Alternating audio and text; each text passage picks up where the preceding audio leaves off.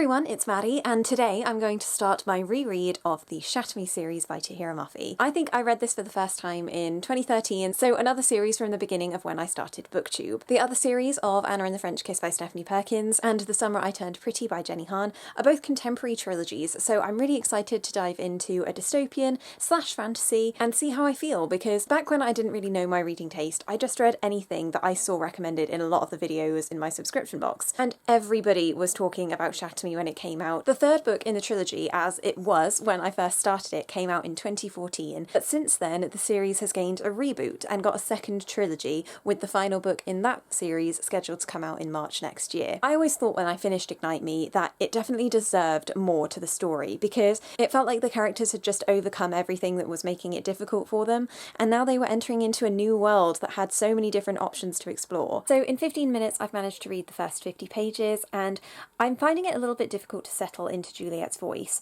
I forgot that the writing style with this is quite cluttered and it's very figurative. Juliette has been living inside her own head for the last 260 days and not communicated or touched anyone since. So it makes sense for her character, and already I feel like I know so much about how she sees the world. This book is also interesting in that there's strike-throughs with her writing, as if it's all like stream of consciousness. So what kicks off the story is a boy being introduced to Juliette in her cell. That's Adam, and he's trying to get to know Juliette even though she's very resistant to talking to anyone because she's just afraid of herself, basically. We've already had the "I'm a monster" trope, so I'm excited to see how many times that comes up in the rest of the book, and indeed the rest of the series. And I just got to the moment where Warner was introduced, and I thought that this book was entirely just about Adam. I'd completely forgotten about Warner as a character. I thought he only came up in the second book. Warner and Adam actually work together, and they're the reason why Juliette gets out of the cell. So the boys know each other, but Adam and Juliette have got this connection, probably just because she's the first boy that he's seen, and she's just desperate for some kind of human contact. And when that turns into romantic desire, that is going to get very sticky. So this is probably the most overwritten paragraph I've come across so far. 2, 3, 4, 50,000 pieces of feeling stab me in the heart, melt into drops of warm honey that soothe the scars in my soul. It does make me laugh, but it's a writing style that I'm not really that familiar with. There's also quite a fair amount of repetition in it, so I think that's why it's quite a quick read. And I do appreciate it. It's writing that is drawing attention to itself, whereas other books normally I don't pay much attention to how they're written. I'm now a third of the way through and definitely have a better sense of the male characters. So Adam is actually special because he can touch Juliette and not be hurt, because that's her power, and Warner makes her demonstrate that in front of other people. She's really traumatized and triggered by the use of her own powers because it's what's caused people to push her away, and why she thinks she's a monster, because no one could ever love her. But Adam obviously does, because he is immune to her power and is attempting to rescue her or save her from the situation she's in. Warner, on the other hand, really wants her to kind of play into her powers, use it to gain control, and anyone who likes Warner, in this first book at least, is just ridiculous. But I feel like this book would have really benefited from having his perspective. I read when I was looking through Goodreads, because I know this has a lot of novellas attached to it, that the novella after this book is all from Warner's perspective, and maybe that was written in response to people saying that Warner needed that voice. Something that surprised me about Juliette is that she's not actually as passive as I assumed she'd be. There are so many times in the 50 pages that she's been in Warner's prison, essentially, which is just fancier than the cage she was in before, where she's told him she's not going to do what he wants, not going to eat or dress to his standards, and she's very vocal about people not touching her. And even though Warner and Adam decide to disregard her requests, I think it's still important that she's making them, and I hope that they don't wear her down and that she still has that resilient and strong nature. So far I'm finding her relationship with Adam to be so insta-lovey. I think it's because they have this connection that Adam isn't aware of, but Juliette thinks that she recognises him, and so their history might mean that they have an accelerated love story that can be excused. I'm really not here for it. And I feel like this is the classic case of Juliette needing to learn how to love herself before she can be loved by somebody else. Adam has declared to Juliette that he's in love with her, and on page 173 that's got to be some kind of insta-love record. What I said about them having a history together did turn out to be true. He managed to pull out all of these anecdotes about things that he had liked about her and wished that they could have been friends back in 4th grade, so that would have meant that they were like 8 years old, so he's loved her since then, I guess. And that's a bit weird. The other thing is that Warner is just at his most manipulative and threatening. I really do not have a clue how they're going to turn this around so that Warner becomes the more desirable option of the love triangle, and how they're going to villainize Adam. I'm actually a little bit scared for what they're going to do to his character. Although he seems pretty changeable at this point, I don't know if I can trust anyone who says that they love somebody they've only known for like a month. I don't care whether you had a childhood history, thinking that it's cool that somebody shared their lunch with somebody is not the same as being in love with them. And just a few pages later, Warner is being at his peak creepy when he tugs so hard on the rip of her dress that it splits open the fabric and creates a slit up the side of my leg. That's just some non-consensual sexualization right there. Warner says, Juliette is the one I want forever. And Juliette comes through with, I'm not yours to want, which is a very Princess Jasmine statement of her, and I love that. Then Warner says something on the next page, you could love me, you know, we would be unstoppable. I don't know what world he's living in to ever think that Juliette would trust him over Adam at this point. Warner's disbelief at Adam's love for Juliette is kind of me though, so... And 50 pages later, Juliette has returned the I love you statement, so at least she waited a reasonable time to tell him. So I've got 80 pages until the end, and essentially all that's happened is that Adam and Juliette have managed to escape from Warner's prison, and just as they were escaping, Warner tried to grab Juliette and realised that when they touched, he didn't feel anything. So would you look at that? Both members of her love triangle have the ability to touch her. What a coincidence. James might be my favourite character in the book so far. Then Adam and Juliette went to his house because apparently that was a good plan, even though they were aware that that would be the first place Warner looked for them, but we'll overlook that for them to have some domestic happiness with Adam's younger brother James. And all the tension and build-up was lost. There was no urgency to the scene as they were just being together and not really thinking about what they were going to do next until Kenji, who is Adam's best friend I assume, turns up and tells them that they need to find somewhere else to hide, and he knows exactly where they can go to get away from Warner. But surprise, surprise, he did catch up with them, and now Juliette is back in his grasp. So yeah, every time she thinks she's escaped, she's actually just fallen into another one of his traps. I like Kenji's character. I knew he was a fan favourite, but he doesn't really stand out in my memory for the series, so I'll definitely pay attention to him this time round. He's got such a different voice to the other boys, and I really appreciate that he's going to hopefully be a friend to Juliette, and someone that she can turn to without any romantic interest attached to it. I have no clue how this is really going to end or continue, and I think that's just because there's been no way to anticipate it, so let's just keep reading and see where the plot takes us. So I'm finished with Shatter Me, and the ending was essentially Adam and Juliette going to this compound area with Kenji where the other superheroes are, and Warner may or may not be dead. So what did I end up thinking about Shatter Me now that I'm finished with it? Well, it's certainly a first book in a series, isn't it? Like, there's not much plot besides just establishing the three main characters. It feels quite insular. We don't know very much about the world outside and what they're even fighting against. But what I do think is the way that Castle and the other superheroes want to use Juliette's powers isn't actually that different from how Warner wanted to use them. So I'll be interested to see with how she decides what side she's on and how she wants to use her powers in the future. I also forgot to mention that Warner says that he loves Juliette at around the 270 page mark. So romance was just completely different back in 2011, and I think that there are some things in this book that definitely wouldn't be okay in a book written now. You know, just Adam threatening to kill somebody for making a comment about Juliette. Are we meant to find this toxic masculinity attractive, or... I think readers are much less forgiving of angry male characters and want the girls to want better for themselves. I'm definitely questioning of both her relationships with Adam and Warner because neither of them are perfect. Warner was able to pick out the flaws in Adam and vice versa, and even though I know Juliette ends up with Warner at the end of this trilogy, I think that's one of the most exciting things about the new 3 books because relationships can never be stable for 4 books, so I'll definitely be intrigued if they end up being endgame or if Juliette goes out alone. Or with Kenji, I don't know, he's the only other male option at this point. So I'm going to move on to Unravel Me, and let's hope that we've got a beefier plot arc happening. So it's been a couple of days and I'm now finished with my read of Unravel Me. I pretty much read this all in one go, mostly because I thought this video would be too long if I updated you with my thoughts every 100 pages. This book is all about Juliette at Omega Point learning about her powers, and it pretty much follows the same pattern as the first book in that the same things happen over and over again. This time there's a hostage situation with Warner's father who's taken some of the superheroes into his base, and so they have to go over to him to get them, and when that doesn't go to plan they kidnap Warner and decide to use him as ransom. So the hostage situation of the first book is entirely reversed in this one, which was nice mirroring, I guess. So that's what's going on in the background. There's definitely more emphasis on the battles between them, and it feels more on location. I feel like this time I have a better sense of what's going on in the world and what they're trying to do. So hopefully as the series continues, I'll only become more familiar and comfortable with what's going on in the greater scheme of things, because the focus is always going to be of the relationship and the love triangle. So we start off with Adam and Juliette being together. Everything is happy with them, but Juliette's realizing that her powers might be stronger than she's willing to deal with, and we get an explanation for why Adam can touch Juliette, and that's that he has the ability to deflect the powers of others, but this does take a physical toll on him. So every time they're together, it hurts him, and when Juliette realizes this, she doesn't want to be in a relationship with him because she doesn't want to cause him any pain. This is a little bit repetitive because it feels purely based on their powers as the roadblock rather than them as people, because Adam so desperately wants it to work between the two of them and is constantly fighting for Juliette throughout this book, even though she's practically already written him off as soon as she hears the word pain. And in some ways I would have liked them to have more conversations about their connection to each other rather than just this dependency on physical touch. So with Adam basically out of the love triangle for a bit, he's been benched, that leaves Warner more space to get into Juliette's heart, and as he is now her hostage, he's in closer proximity to her and they can discuss things. He still has her notebook from Shatter Me, so that means he has a really in-depth look at Juliette's mind, and from the beginning he's known a lot more about her than she's known about him, so there's always been this imbalance between the two of them. But we also find out that Warner has a power, and that's the reason why he can touch Juliette.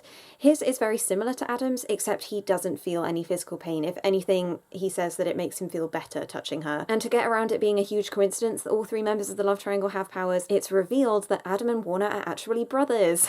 I had completely forgotten that from the first time I read it, so that did make me laugh when it was revealed the first time. So Warner instantly is better built to be in a relationship with Juliette based on what she needs from somebody. But Warner, in case anyone has forgotten from the first book, is a completely terrible person, and so Juliette spends most of this book trying to reason out in her mind why she can start liking him and open her heart to him. As a reader, this was entirely unconvincing for me, and no matter how much they talk about it, I'll always think of him as the person that held her captive, manipulated her, put her in threatening situations, scared her, and to get to a loving, stable relationship eventually in this series, to me, feels a little impossible, regardless of how much work is being put in to make him seem like a good person. My personal favourite example of this is on page 136, where at the top Juliette is saying that Warner is a very strange and twisted boy, and she says, "I don't know if I can forget what he did to me, what he made me do, how I came so close to killing all over again. I will hate him forever for it, even though I'm sure I have to face him again." Then on the next page, the very next page, she sees Warner being very nice to a dog, and that suddenly makes him a good person. Will hate him forever.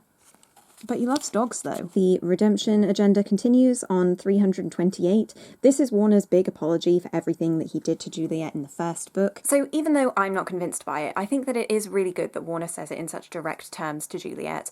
But later on in the book, he also says that he doesn't really have the capability to change, that he's given up on himself. So he takes 2 steps forward and then 3 steps back. So it just makes me more intrigued for how thick it's going to have to be laid on in the third book to fully make you forgive Warner for everything that he's done. Also, in classic bad boy fashion, his upbringing is blamed for the way he acts, and that's all to do with how his father treated him. It's very Jace from the Mortal Instruments. Possibly my favourite moment of the whole entire book was Kenji completely going off at Juliette for being whiny about her powers, essentially, because he says that everybody has problems and she's not the only person that's dealing with this stuff, and she's being really self-centered. And so let it be known that on these pages the legend jumped out Kenji. This has got to be possibly the funniest opening to a chapter ever. I'm still laughing about it. No one ever stops to ask Glue how it's holding up. And finally, within the last 100 pages, I think we have one of my favourite character moments from Juliette ever. And it's when she's saying, "All I know is that it'll never be safe for me to rely on someone else again, to need constant reassurance of who I am and who I might be someday. I can love him," and she's talking about Adam here, "but I can't depend on him to be my backbone. I can't be my own person if I constantly require someone else to hold me together." That is exactly what I wanted for her when I finished Shatter Me. It feels like she's really going on a journey of self-acceptance and loving herself before putting herself in a relationship. So I liked that even though she's ditched Adam, she hasn't entirely jumped towards Warner yet, even though they're getting close. She is being cautious and holding herself back from making any big moves because she needs to be more comfortable with who she is. I'm just really loving Juliette's character. I wasn't expecting to read the book and feel that way about her, because I think that often we can find the protagonists of stories like this quite irritating, dull, like they're all talk and no action, but Juliette is more self-aware than I was ever expecting her to be. It's moments like that that make me so interested to see how Juliette will have developed in Restore Me and the second trilogy. So now I'm very excited to move on to Ignite Me, but it's fair to say that I enjoyed Unravel Me a lot more than Shatter Me. I'm now finished with Ignite Me,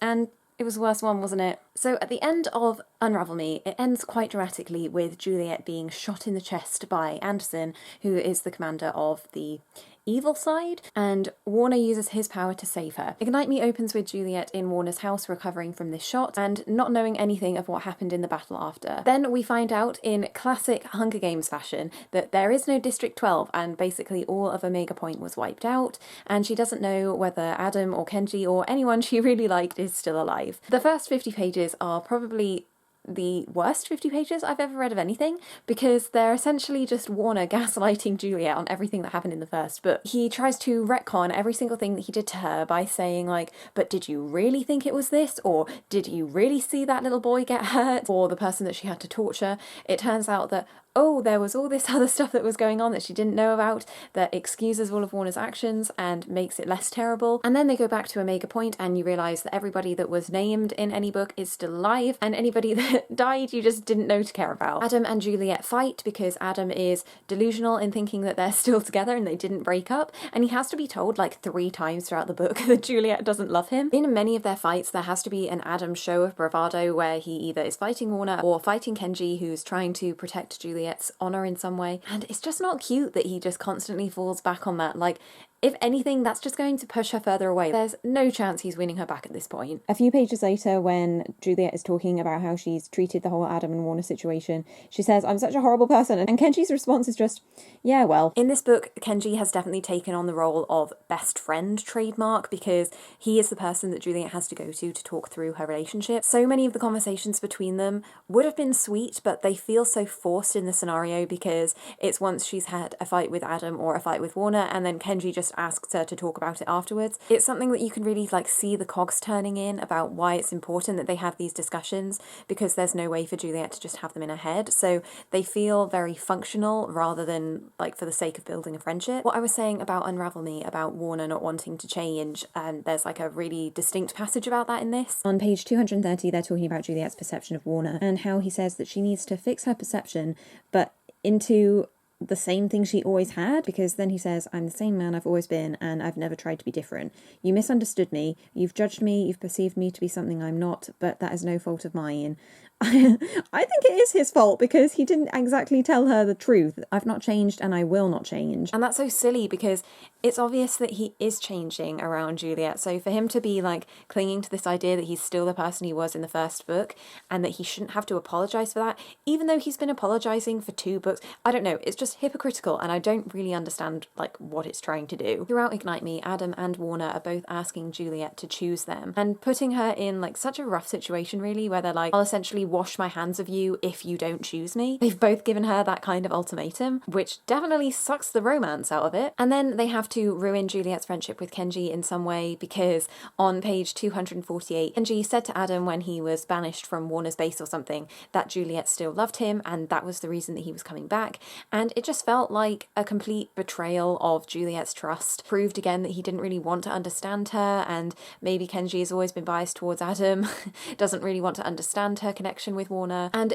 it's all resolved like 20 pages later, so it is conflict just for conflict's sake, but still it made me think completely differently of Kenji and how he's supposed to be like such a great friend but then does this like terrible thing. So towards the end of the book, Juliette comes to the realization that she's kind of been building towards throughout this entire series, that she doesn't need to have a love interest to control her power, to exert their own power on her, and so this book she really learns how to stop her power from hurting others and feel more confident in its use, like try and alleviate some of the fear that she's connected with it. And even though the metaphor made me laugh, she essentially comes to the conclusion that she can be her own off switch.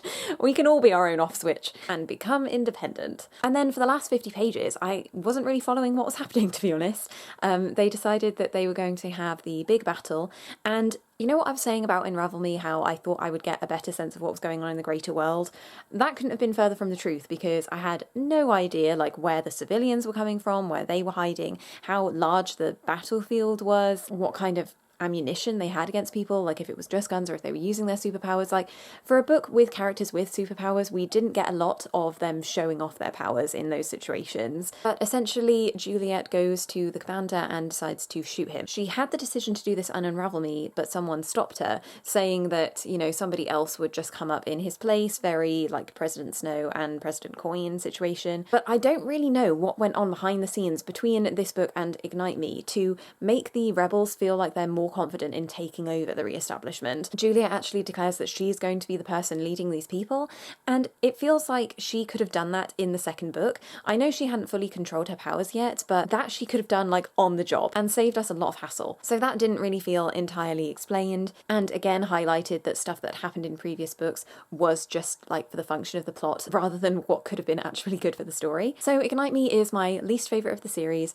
I really wasn't impressed with it, and I think that's also because it's lost some of its originality from Shatter Me. In this book, I don't think I noticed a single strike through, which was what made the first book so unique, and the poetic language is almost non-existent in this, so that made the book feel like a more generic end to a dystopian series. That being said, I am very excited to read Restore Me because, as I said at the beginning of the video, and I still feel this way now, to end the book with Juliette like starting a new revolution and trying to redeem the society does feel a little bit misjudged, because I'm sure she has no idea how much work is going to be put into that, and this feels like the point that we always end, like on the brink of a new world, so I'm very intrigued for how that's going to be handled. I'm sure there'll be a huge learning curve for her, but that will genuinely be something different to see in a dystopian. So I think this video has probably got long enough now actually, so I'm thinking about ending it here and doing a separate video on Restore Me, so look forward to that in the future. It'll be very soon. Thank you everyone so much for watching this video. Let me know what your thoughts on the Shatter Me series are if you've read it, if you're still interested in reading it if you haven't, and let me know what you think of the second trilogy, whether it has lived up to your expectations so far. I'll see you next time.